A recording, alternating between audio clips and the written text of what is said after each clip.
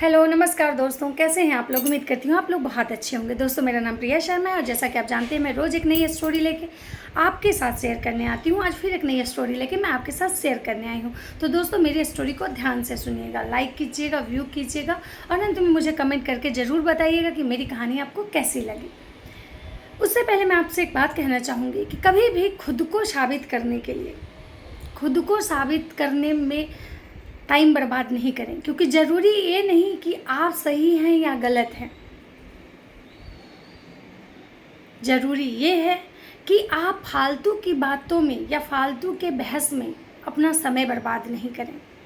दोस्तों मैं अपनी कहानी शुरू कर रही हूँ। मेरी कहानी एक जंगल की कहानी है जिसमें कि एक शेर और एक गधा एक घास को लेकर उन दोनों के बीच में झगड़ा हो रहा था। गधे का कहना था कि घास नीला होता है, जबकि शेर कह रहा था नहीं घास तो हरा होता है।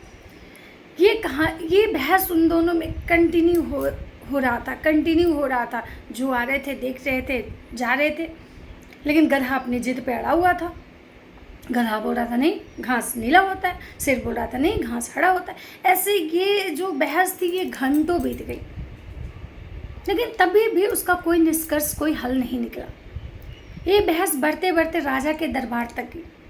राजा के महल में जल्दी से जो दरबार बुलाया गया कि राजा को पता चला कि भाई गधे में और शेर में बहस हो रहा है। शेर जो कि जंगल का राजा है और वो बहस कर रहा है गधे से एक घास को लेके।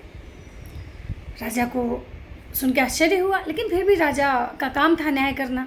राजा बुलाए, दोनों महल में उपस्थित हुए। फिर वहाँ भी वही बहस शुरू हो गई। गधा कह रहा था घास नीला होता है, शेर कह रहा था नहीं घास हरा होता है।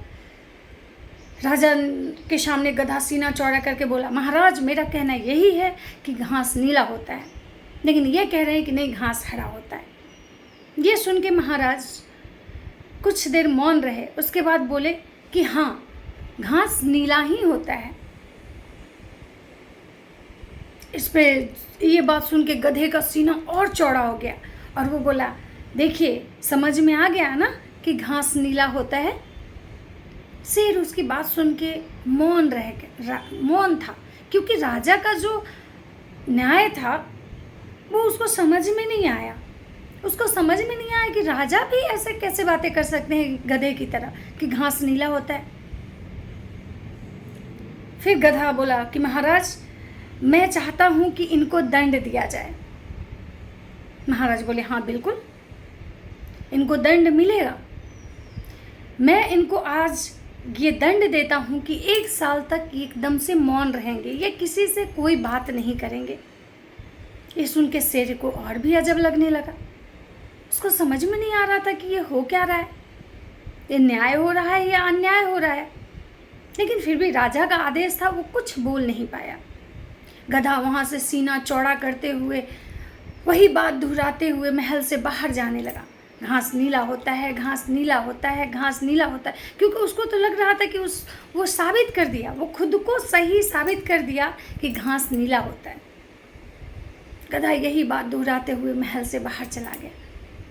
जब गधा महल से बाहर गया तो शेर राजा से पूछने लगा कि राजा जी एक बात बताइए, आपको भी पता है कि घास नीला नहीं होता है, घास हरा होता है, फिर भी आप उस गधे की बात मान लिए और मुझे दंड भी दे दिए। राजा बोले कि ये कौन कहता है कि घास नीला होता है, ये तो सबको ही जानता है, सब लोग को पता है कि घास हरा होता है। मैं दंड आपको इसलिए नहीं दिया, मैंने दंड आपको इसलिए नहीं दिया कि आप बोल रहे थे कि घास हरा होता है, वो बोल रहा था कि घास नीला होता है। मैं दंड आपको इसलिए दे रहा हूँ ताकि आपको इससे सीख मिले कि कभी भी फालतू के बहस में पड़ के खुद का समय बर्बाद नहीं करना चाहिए। जो कि आप किए, आप उस गधे से एक घास को लेके हरा नीला पे इतना लंबा बहस किए, आपने अपना समय बर्बाद किया। और उससे भी बड़ी गलती आपकी ये है कि आप अपना समय तो बर्बाद किए सो किए, आप महल में आके एक राजा का भी समय बर्बाद किए, जो कि एक राजा का समय बहुत ही मूल्यवान होता है। इसलिए मैं आपको ये दंड दे रहा हूँ कि 1 साल तक आप किसी से कोई बात नहीं करेंगे, ताकि आप फालतू के किसी भी बहस में नहीं पड़ेंगे, और ये आपके लिए सीख होगी। दोस्तों, कभी कभी हम भी ऐसे चीज़ों, ऐसे फालतू के बहस में पड़ जाते हैं जो कि हमें पता होता है कि हम सही हैं, सामने वाला गलत है, और हम उसको समझाने की बहुत कोशिश करते हैं। लेकिन दोस्तों, एक बात ध्यान रखिएगा कि आप खुद को समझा सकते हैं, लेकिन आप सामने वाले को नहीं समझा सकते, अगर वो गधे की तरह स्वभाव का है तो।